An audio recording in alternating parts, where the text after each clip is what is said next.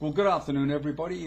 This is Peter Lawrence, wanting to talk to you just briefly on a subject that's dear to my heart, and that's the definition and the action of marketing. Marketing was a term coined and really made famous by the professor of marketing or professor of business, Dr. Theodore Levitt at Harvard Business School back in the 60s. In fact, it was before 60s that he was in Harvard, but in 1960 he published a paper called Marketing Myopia, and it became the chapter of a book called Innovations in Marketing. Now, the problem is that of course people use definitions and they change, and so consequently they get distorted. But in studying a lot of Theodore Levitt's papers and the Harvard Business Review, I wanted to just touch on the base of the definition of marketing compared to the definition of sales. Sales has been referred to as the act of getting the product into the hand of the customer and getting the money out the customer's pocket, and that's the point of sale, all right? And that's very evident in whether it's in a commercial sale, industrial sale, a retail sale, go to a dress shop, go to a grocery store or whatever. The sale happens when the product and money change hands.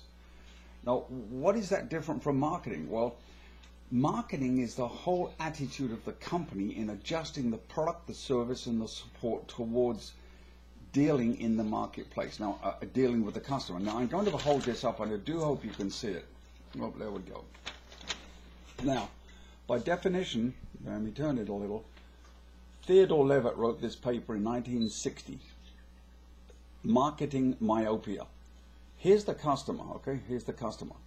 Market research starts when the customer or the market starts making it pretty evident that there's some demand, whether it's a product or a service.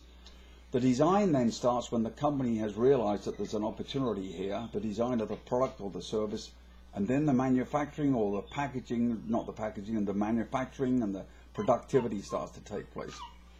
When the packaging then takes place, I've got it back to front here, when the packaging takes place over here, then the distribution can be set up, and then the sales starts. Now, that's the sales point there, where the product and the customer exchange money. Rather, the product and the money is exchanged and the customer gets the product. This circle here is the marketing philosophy. The whole company has to be geared towards this customer, which is in the marketplace. The company is all in the marketing activity. The whole company is in the marketing activity. This is selling. This point here is selling. But the whole company has a philosophy of dealing in the marketplace. So in actual fact, with regard to the market or research, the design, the packaging, the distribution, the manufacturing, the productivity, the shipping, the delivery, the customer service support, all of that is part of the marketing philosophy and the marketing activity. So everybody gets involved. So when people talk about, oh, I don't like marketing, they really haven't got a clue what they're talking about. Because marketing has made our industrial society what it is. And as you know, the Industrial Revolution came out of primarily the UK in the beginning of the 1800s and slowly moved towards North America because of the abundance of labor. And the reason it left Europe and came here is because of the price of labor and the abundance of labor. Well, that's the reason the Industrial Revolution has now left North America over the last 30 or 40 years, because our governments have been encouraging offshore production and added value in foreign countries. And so now, not because anybody in North America is stupid or lazy, just because you've got to build the labor cost out. So the marketing role is forcing the productivity to go to China, Taiwan, Singapore, Central South America, some East Europe, some Africa. And that's why China's become the manufacturing base of the Western world. Well, I hope this was of interest to you. I would suggest if you have an interest, have a look at that article, Marketing Myopia. Quite fascinating. And I think just one more point.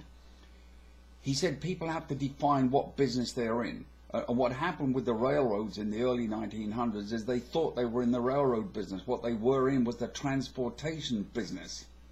And unfortunately, the engineers thought they had to polish the copper pipes on the engines and keep everything tickety-boo.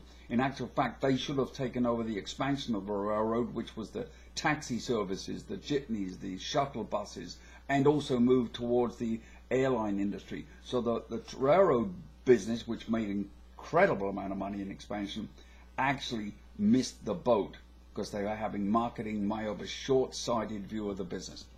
Anyway, food for thought. Peter John Lawrence at Rogers.com. Hope that was interesting. Talk to you soon.